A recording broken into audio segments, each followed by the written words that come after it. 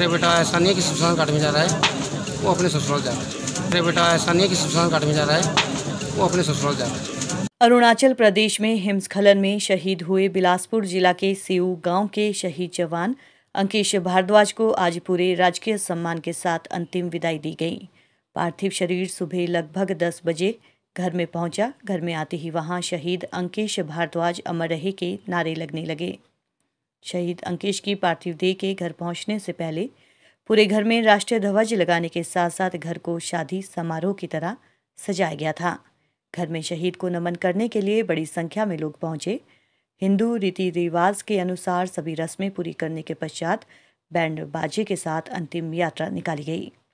घर से राजकीय सम्मान के साथ पार्थिव देह को मुक्ति धाम तक ले जाया गया। शहीद की वीर देह के सम्मान में सैकड़ों लोगों ने उन्हें नमन किया। राजकीय सम्मान के साथ शहीद के पार्थिव शरीर का संस्कार किया गया। शहीद के छोटे भाई आकाश भारद्वाज ने मुखाग्नि दी और सेना में जाने की इच्छा भी प्रकट की है। एप्पल न्यूज़ के लिए बिलासपुर से रंजू जम्वाल की रिपोर्ट।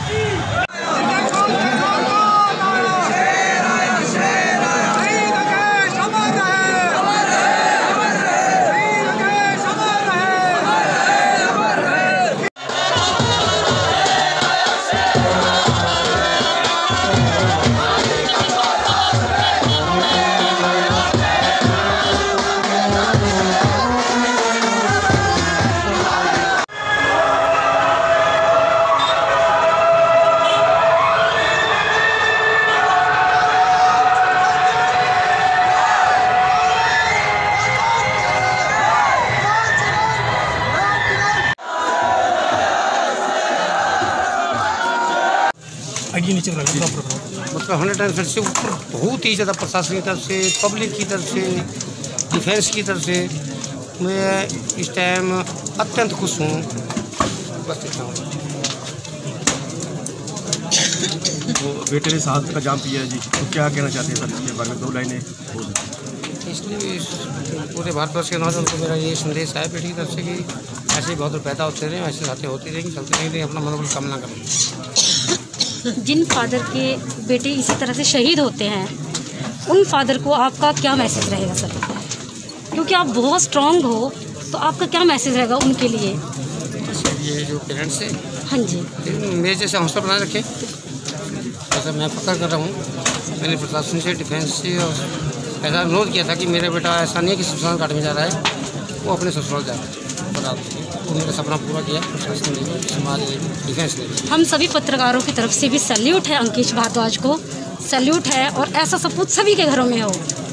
तो आप अपने बेटे के बारे में बताइए कि आप, अभी मैं सुन रही थी कि आप अपने बेटे को ये देखिए शायद जो प्रस्ताव पास भी कर दिया प्रधान जी ने, हमारे पवन जी ने, तो ये रोड का जरूर पूरा नाम कि हम अंकेश के नाम से, भारद्वाज के नाम से रखेंगे, शहीद के नाम से।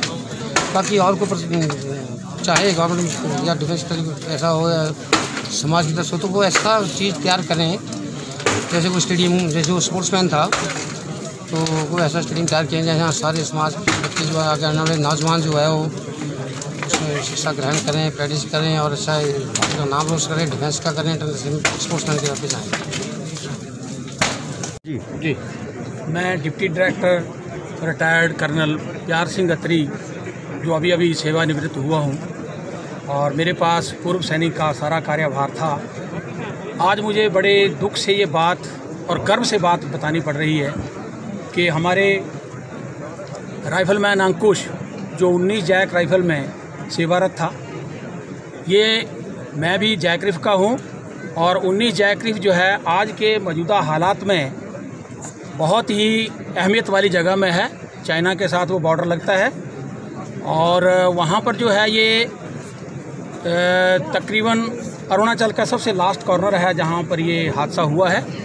तवांग जगह है वो। तवांग से 40 किलोमीटर पर बटालियन हेडक्वार्टर है और वहाँ से आगे तकरीबन 15 से 20 किलोमीटर यूनिट जो लोकेशन बैठी होती है, वहाँ पे चाइना के साथ 1-to-1 बॉर्डर है और हमारी फ़ौज जो है वो पोस्टों को मेंटेन करती है वहाँ पे, बंकरों को। तो सुबह का जो रूटीन फौज का है वो ये होता है कि फौज सवेरे उठकर अपने बगल वाले पोस्टों के साथ जो है वो तालमेल करती है, जो रूटीन है, रोज़ाना वाला काम है। और ये बच्चे भी जो है सवेरे 6 बजे उठ के चाय पी के पोस्ट में एक आदमी रख के और बाकी बच्चों को बोल के दूसरी पोस्ट के साथ, बगल वाली पोस्ट के साथ लाइन कर रहे निकल गए। सवेरे का टाइम 6:30 से 7:30 बजे का फौज के लिए होता है कि वो टाइम ठंडा होता है और उस वक्त कोई हलचल नहीं होती है बर्फ़ के ऊपर। बट उस भगवान का क्या था, क्या उसने मान रखा था, जैसे ही ये चल रहे थे तो रात को ऊपर वाली पहाड़ी में बहुत बड़ा हिमपात हुआ होगा और सारे का सारा पहाड़ बदली हुआ और इनको वॉश करके नीचे नाले में ले गए, जो कि तकरीबन सुना जाता है, कल मैंने यूनिट से बात की थी, वो 3 से कम 2 से 3 किलोमीटर नीचे जो है वो दूसरी नाला है जहाँ पर ये बॉडियाँ पड़ी। इन बॉडियों को ढूंढने के लिए मैं मेहरबान हूँ पैरा रेजिमेंट का, और मैं शुक्रगुजार हूँ उस असम राइफल का जिन्होंने, असम पुलिस ने अपनी रेस्क्यू टीम लेकर जो है इसको 2 दिन या 2.5 दिन के बीच में बॉडी जो है वो ट्रेस कर दी और इन्होंने उन बॉडियों को पुल किया, ऊपर खींचने के लिए 32 से 35 घंटे इनके खींचने के लिए लगे। फिर खुद भगवान की ऐसी रही कि आगे मौसम अरुणाचल का ख़राब हो गया और वहाँ पे जब अरुणाचल में मौसम ख़राब होता है तो वो 10 मीटर के ऊपर विजिबिलिटी नहीं रहती है। तो मैं बात कर रहा था, लेकिन वहाँ से इनको आने के लिए कोई साधन नहीं था। इनको अगर मौसम साफ़ होता तो ये 2 दिन के बीच में बॉडी पहुँच जाती। वहाँ से शेला टॉप आना था। शेला टॉप में